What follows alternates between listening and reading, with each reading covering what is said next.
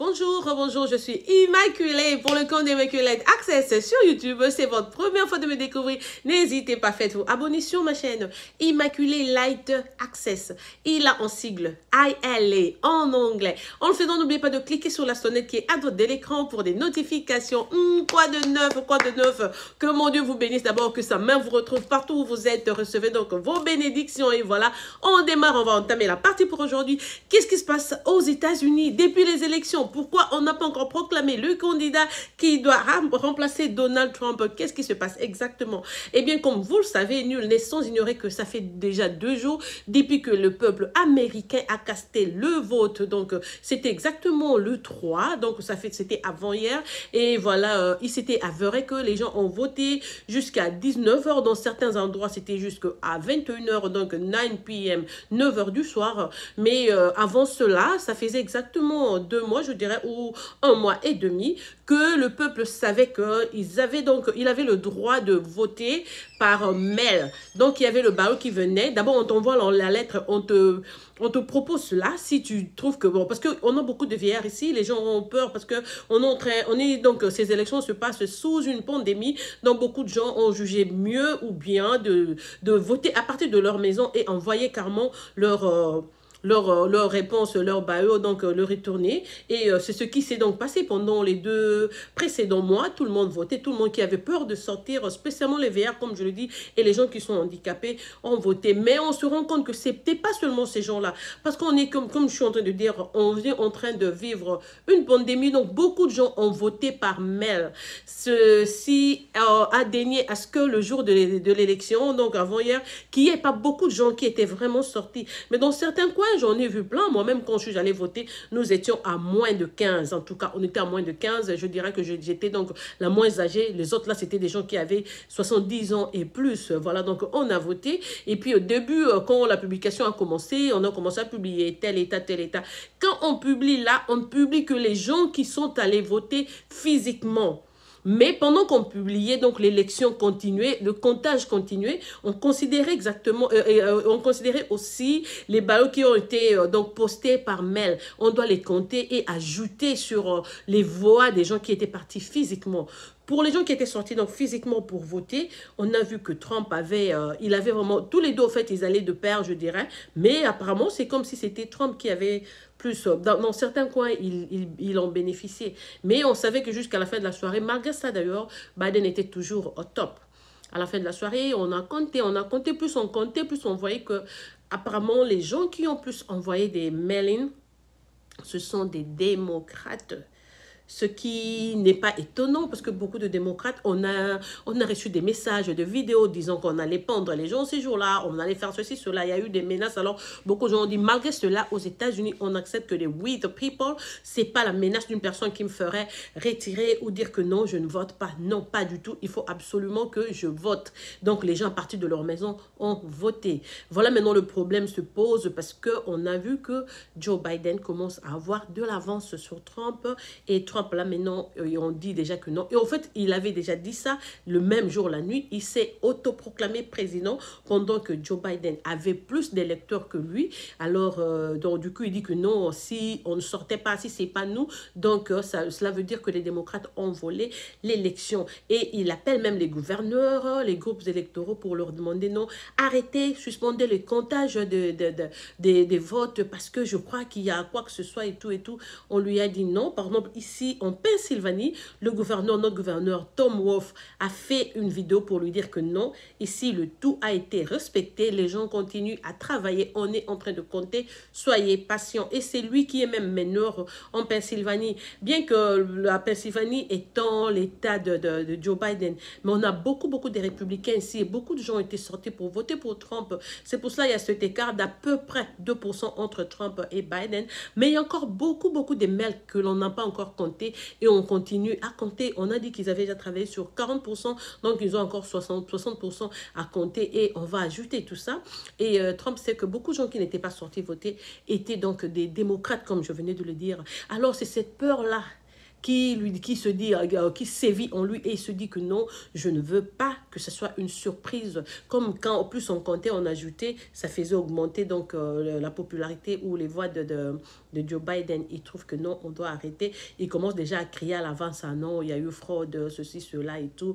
Même, il y a des États que l'on croyait vraiment que ce serait lui qui sortirait. Arizona, Wisconsin, Michigan, il y a eu des surprises et tout. Et voilà, donc c'est le chaos. Mais ça énerve les gens. Vous allez vous demander comment les gens se portent là-bas. Il n'y a pas de guerre, il n'y a pas de crise. Peut-être dans certains coins des États-Unis. Mais là où j'habite, il n'y a vraiment rien. Ici, c'est le respect total. On respecte la loi. En fait, les États-Unis, c'est le meilleur modèle de démocratie qui soit sur Terre.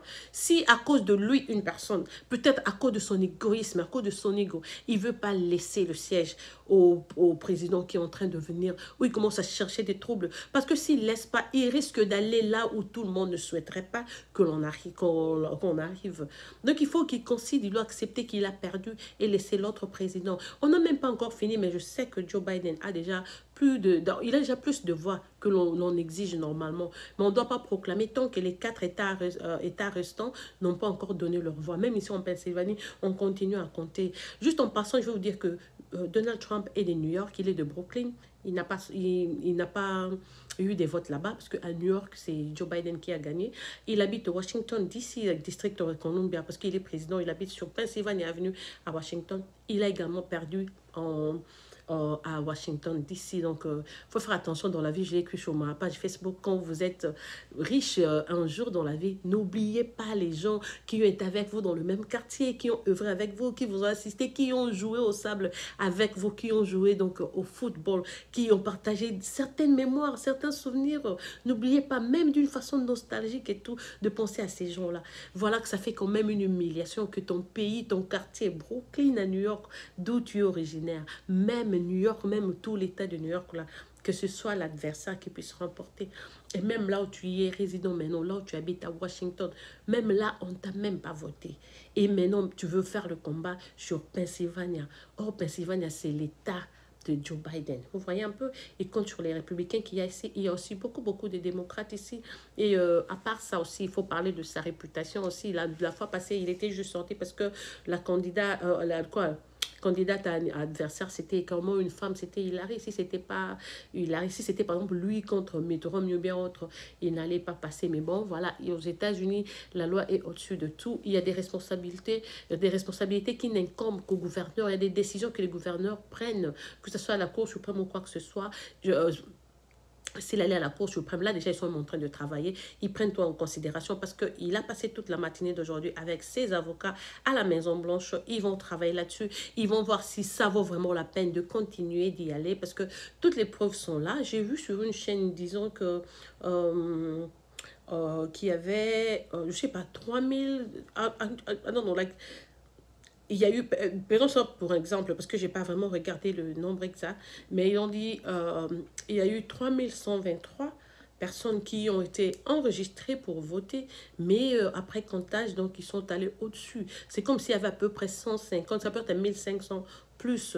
Donc, on pourra peut-être vérifier là-bas et regarder si on retranchait les 1500, est-ce que lui, il arriverait au niveau des voix que Joe Biden a. Tout ça, en tout cas, ça ne tient pas debout. Tout ce qu'on est en train de tenter là, ça ne tient pas. Mais vous et moi savons que c'est quelqu'un qui est vraiment têtu et il ne veut pas, il n'était pas prêt. Il croyait vraiment que les gens seraient avec lui. Il était sûr. Vous devez voir comment il a fait sa campagne les 2 derniers jours avant les élections. Il était à 20 minutes de chez moi. Ici, lui et sa fille Ivanka, ils étaient ici à Litiz, à Lancaster, pour pousser les gens. Ils ont sorti les gens qui sont dans des faubourgs, dans des coins, vraiment dans les recoins, tous ces vieux qui restent à la maison. Ce sont eux qui sont partis donc voter ce jour-là. Malgré ça, voilà, quand c'est pas ton tour ou quand Dieu ne veut pas, il faut arrêter. Dans la vie, ça vaut pas la peine d'être têtu parce que tant mieux quitter la course tête haute que l'on aille même à la Cour suprême, que l'on suive tout et puis à la fin de compte que ce soit toujours toi ou vous le perdant. Ici, en tout cas, comme je le dis, on nous appelle we the people. Donc, quand les people, les gens ont trouvé, les gens ont choisi, ça vaut même pas la peine de résister Beaucoup de points qu'il est en train de soulever comme ça ont été avantageux à son tour quand il était donc avec Hillary. Mais bon, voilà, maintenant, comme c'est à son désavantage, il veut aussi dire ça. Maintenant, il réclame, il veut que ça soit opposé et tout et tout. On est désolé, mais je crois que, comme on dit, l'homme prudent voit le mal de loin. Et il ferait carrément mieux de concéder et de laisser Joe Biden prendre place. Les gens en ont assez eu avec la pandémie, avec la crise qu'il y a, le chaos qu'on a eu, le nombre de gens qu'on a perdus. On veut quelque chose de neuf. Les gens ne veulent pas. Et donc, c'est un peu ça, quoi, ce qui se passe aux États-Unis. Peut-être d'ici la nuit, si Pennsylvanie est terminée, on aurait donc ces résultats. Ça sera publié et nous saurons exactement qui est le président. Là, on sait que je venais de lire, il paraît que Joe Biden a déjà plus de 270 voix, électoraux, comme on exige, mais parce que lui, il a déjà été donc à la cour, c'est maintenant entre les juges et tout et tout. En plus, tant que les 2, 3 autres États n'ont pas encore terminé leur comptage, donc on doit attendre la fin. On va voir l'écart entre ce qu'il a et ce que Biden a, et on verra donc si ça vaudrait vraiment la peine que la Cour suprême puisse siéger dessus et prendre décision. Voilà, c'est donc dans cette ambiance-là qu'on est en train de vivre aux États-Unis. On sort, mais on est très prudent parce que je ne sais pas, tu sais pas qui tu vas rencontrer. Heureusement que ça, par voiture, là, je sors rapidement, je reviens, parce que, pardon, là où j'habite, c'est un coin vraiment républicain. Il y a peut-être même moins de 10% de démocrates. Alors, le tout se limite dans ma maison, moi seule, je dirais même pas, moi, je me dis même pas que je suis démocrate ou républicaine. Quand quelqu'un donne un bon plan, ou bien quand je ne veux pas de tes services, donc j'ai le droit de changer, je peux être indépendante, je peux avoir voté pour Trump la fois passée, mais cette fois-ci, je vais voter pour Biden, et puis la prochaine fois, je pourrais voter pour une autre personne. J'ai même ma copine qui a dit, elle s'est carrément décidé de ne pas aller voter. Elle est aussi libre. Donc, c'est comme ça que ça se passe. C'est comme je dis, les enjeux qui sont en place, que maintenant les gens ont peur qu'ils fassent des États-Unis une mauvaise réputation, parce que les États-Unis, quand il s'agit de la démocratie des élections, sont tellement bien réputés au monde, et quand lui il réclame comme ça, commence à dire qu'il y a fraude, il y a ceci, cela, ça risque de mettre donc comment la confiance des États-Unis en question. Les gens diraient, mais eux, ils disent que voilà, c'est le modèle et tout, mais comment se fait-il qu'ils n'ont pas pu maîtriser?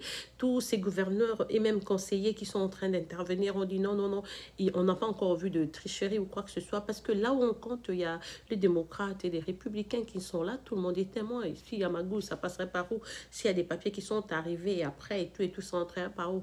Moi-même, je me disais, même s'il y a eu des papiers, par exemple, qui sont arrivés après les élections, comme les gens étaient censés envoyer ça par mail, peut-être qu'il faut aussi compter ça. Ce sont des voix des gens, c'est des votes, ils ont le droit. Le vote, c'est le droit de tout citoyen, même si c'était arrivé à minuit, à 2 jours, même un jour après. Il faut compter tant que la personne a envoyé ça.